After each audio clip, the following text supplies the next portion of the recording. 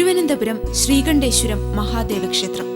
നാഗേന്ദ്രഹാരായ ത്രിലോചനായ ഭസ്മാംഗരാഗായ മഹേശ്വരായ നിത്യായ ശുദ്ധായ ദിഗംബരായ തസ്മൈ നകാരായ നമഃ ശിവായ.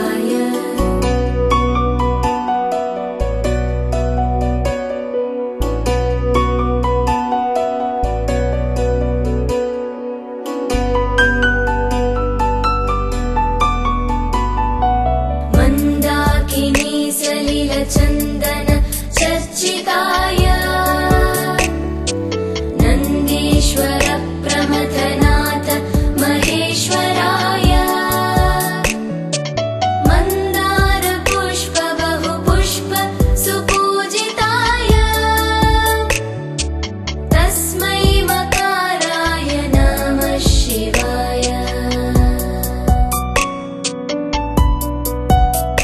സർവസിദ്ധിദായകനായി ശ്രീ പരമശിവൻ ശ്രീകണ്ഠേശ്വരനായി കുടികൊള്ളുന്ന പുണ്യഭൂമിയാണ് തിരുവനന്തപുരം ശ്രീകണ്ഠേശ്വര മഹാദേവ ക്ഷേത്രം.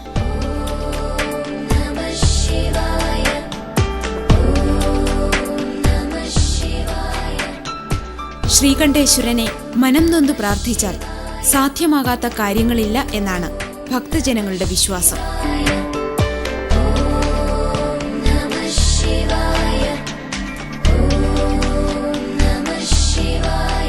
തിരുവനന്തപുരം നഗരമധ്യത്തിലാണ് ശ്രീകണ്ഠേശ്വരം മഹാദേവ ക്ഷേത്രം സ്ഥിതി ചെയ്യുന്നത്. Thiruvananthapuram railway station, KSRTC bus stand എന്നിവിടങ്ങളിൽ നിന്നും 1 കിലോമീറ്റർ അകലത്തിലാണ് ശ്രീകണ്ഠേശ്വരം ശിവക്ഷേത്രം.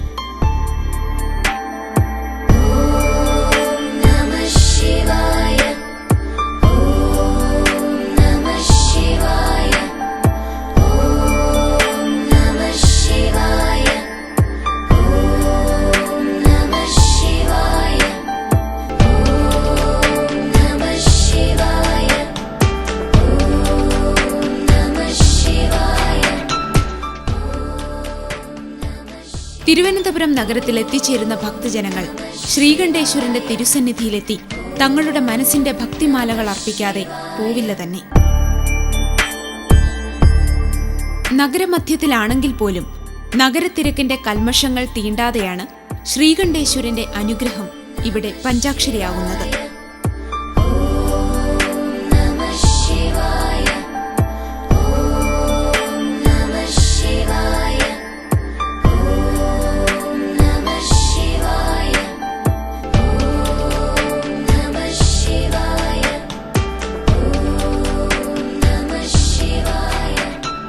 ദേവി ഭാഗവതം പ്രഥമസ്കന്ധത്തിൽ ഇങ്ങനെ പറയുന്നു: മഹാവിഷ്ണുവിന്റെ നാഭിയിൽ നിന്ന് രജോഗുണ പ്രധാനനായ ബ്രഹ്മാവ് ജനനം കൊണ്ടു.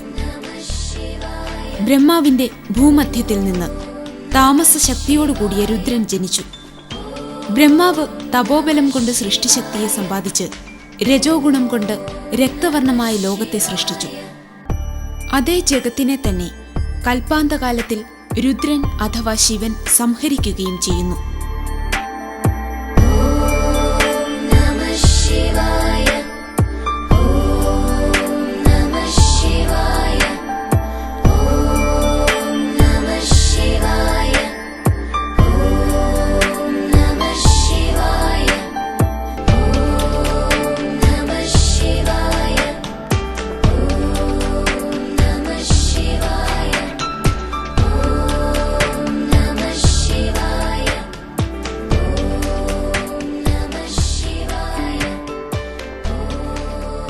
ദുർവാസാവിന്റെ ശാപം നിമിത്തം ദേവന്മാർക്ക് ജരാനരകൾ ബാധിക്കുകയും അതിന്റെ പരിഹാരത്തിനായി അമൃത് ഉൽപ്പാദിപ്പിക്കുന്നതിന് പാലാഴി മഥനം ആരംഭിക്കുകയും ചെയ്തു.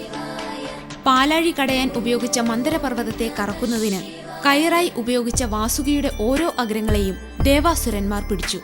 മഥനം ഉൽക്കടമായതോടെ വാസുകിയുടെ വായിൽ നിന്നും കരാളമായ കാളകൂടം പുറത്തു ചാടി. ലോകമാകെ ദഹിച്ചു നശിക്കുമെന്ന നിലയായി.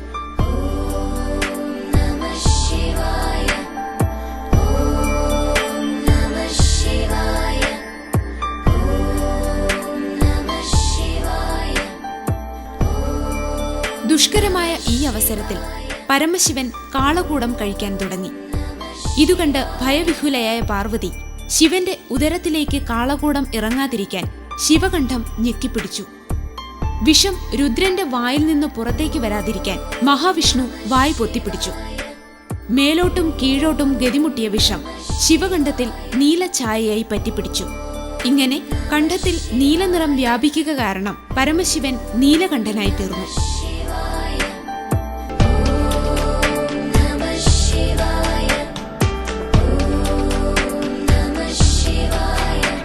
തിരുവനന്തപുരത്തെ പുരാതനമായ ഈ ശിവക്ഷേത്രം തിരുവിതാംകൂർ രാജാക്കന്മാരുടെ ആരാധനാ കേന്ദ്രമായിരുന്നു. രാജാക്കന്മാരുടെ തിരുനാളിന് ശ്രീകണ്ഠേശ്വരത്ത് വന്ന് ദർശനം നടത്തിയിരുന്നുവെന്ന് പഴമക്കാർ ഓർമ്മിക്കുന്നു.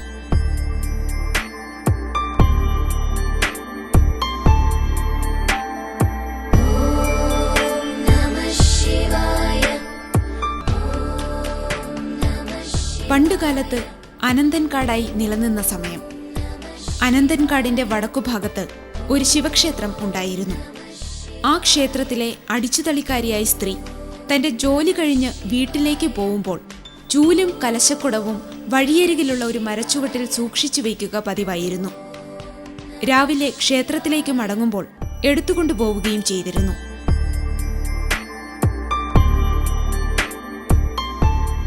പതിവ് പോലെ ഒരു ദിവസം കലശക്കുടം എടുക്കാൻ തുടങ്ങുമ്പോൾ അതവിടെ ഉറച്ചുപോയതായി കണ്ടു. എത്ര ശ്രമിച്ചിട്ടും അത് ഉയർത്താൻ കഴിഞ്ഞില്ല. ഒടുവിൽ ഒരു കല്ലെടുത്ത് കുടം പൊട്ടിച്ചു. ഈ സമയം അതിൽ നിന്നും രക്തമൊഴുകാൻ തുടങ്ങി. ഇതുകണ്ട് ഭയന്നുപോയ ആ സ്ത്രീ അടുത്തുള്ളവരെ വിവരം ധരിപ്പിച്ചു. അന്നത്തെ നാടുവഴി തുടർന്ന് അവിടെ ഒരു ക്ഷേത്രം പണി കഴിപ്പിച്ചു. ആ സ്വയംഭൂ വിഗ്രഹത്തിന് പൂജാതി കർമ്മങ്ങളും ഏർപ്പെടുത്തി. സ്ത്രീ കണ്ട ഈശ്വരൻ എന്നും ശ്രീകണ്ഠത്തോടു കൂടിയവൻ എന്നും ഇവിടെയുള്ള ശിവചൈതന്യം അറിയപ്പെട്ടു.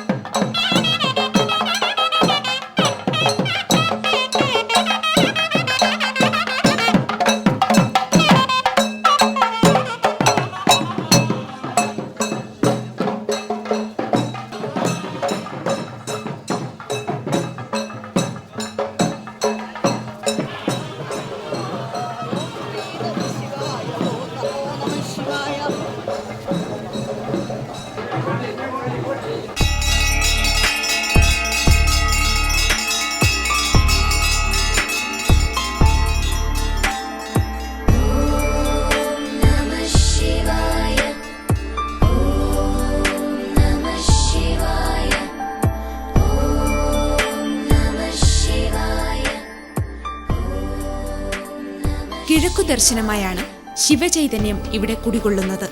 സ്വയംഭൂ സങ്കല്പത്തിലാണ് ഇവിടുത്തെ പ്രതിഷ്ഠ. 4 പൂജകളാണ് ഇവിടെ നടക്കുന്നത്. ഇവിടുത്തെ പൂജാരി പുറപ്പെടാ ശാന്തിയാണ്. അക്കരപ്പോറ്റിമാരാണ് ശ്രീകണ്ഠേശ്വരം ക്ഷേത്രത്തിലെ ശാന്തിമാർ.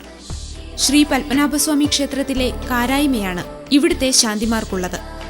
അത്തിയറ മഠത്തിനാണ് ഇവിടെ തന്ത്രാധികാരം.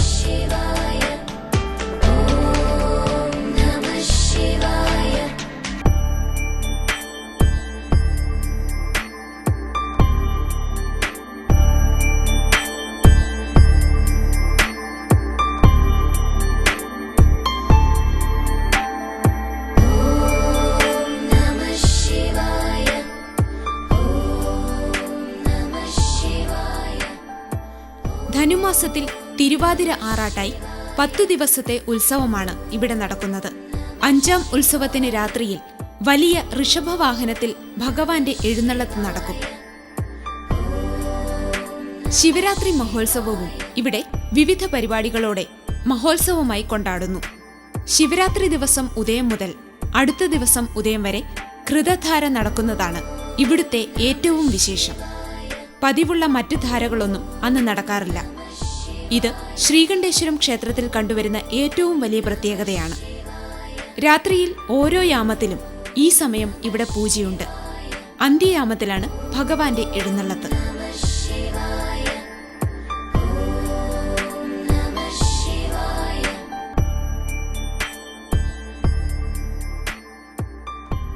ശ്രീകണ്ഠേശ്വരം ക്ഷേത്രത്തിൽ 41 ദിവസം മുടങ്ങാതെ നിർമാല്യ ദർശനം നടത്തിയാൽ അഭീഷ്ടകാര്യം സാധ്യമാകുമെന്ന് ഭക്തജനങ്ങൾ ഉറച്ചു വിശ്വസിക്കുന്നു.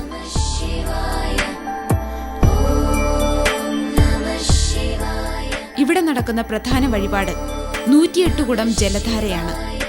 ഇവയ്ക്കു പുറമെ പഞ്ചാമൃതാഭിഷേകം, അഷ്ടോത്തരാർച്ചന, സഹസ്രനാമാർച്ചന, ഗണപതി ഹോമം, അപ്പം, മോദകം, അരവണപ്പായസം തുടങ്ങിയ ശ്രീകണ്ഠേശ്വരന്റെ മറ്റു വഴിപാടുകളാണ്. നടേശാലങ്കാരം ഇവിടുത്തെ വിശേഷപ്പെട്ട വഴിപാടാണ്. ദീപാരാധനയ്ക്ക് മുൻപാണ് നടേശാലങ്കാരം നടക്കുന്നത്. നടരാജ വിഗ്രഹത്തെ ചന്ദനം ചാർത്തി ശ്രീകോവിലിനകത്ത് വയ്ക്കുന്നു. പിറ്റേന്ന് രാവിലെ മാത്രമേ വിഗ്രഹം പുറത്തു കൊണ്ടുവരികയുള്ളൂ. വിശേഷ വഴിപാടായ നടേശാലങ്കാരം 1 വർഷത്തിനു മുൻപെങ്കിലും ബുക്ക് ചെയ്യേണ്ടതാണ്.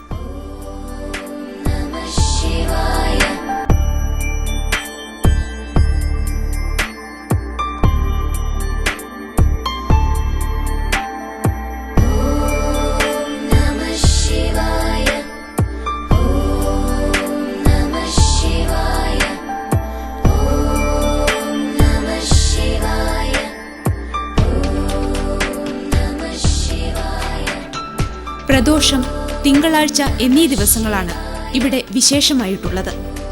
രാവിലെ നടക്കുന്ന കലശപൂജയും തുടർന്നുള്ള ജലധാരയും ഭക്തജനങ്ങളിൽ അതീവ ഭക്തി പകരാൻ പര്യാപ്തമാണ്. ശർക്കര പായസം, തോരൻ, മെഴുക്കുപുരട്ടി, കണ്ണിമാങ്ങ, പരിപ്പ്, പുളിശ്ശേരി, മോര് എന്നിവയാണ് ഇവിടെ നിവേദ്യമായി അർപ്പിക്കുന്നത്. നിത്യവും പ്രസാദ ഊട്ടും നടക്കുന്നു.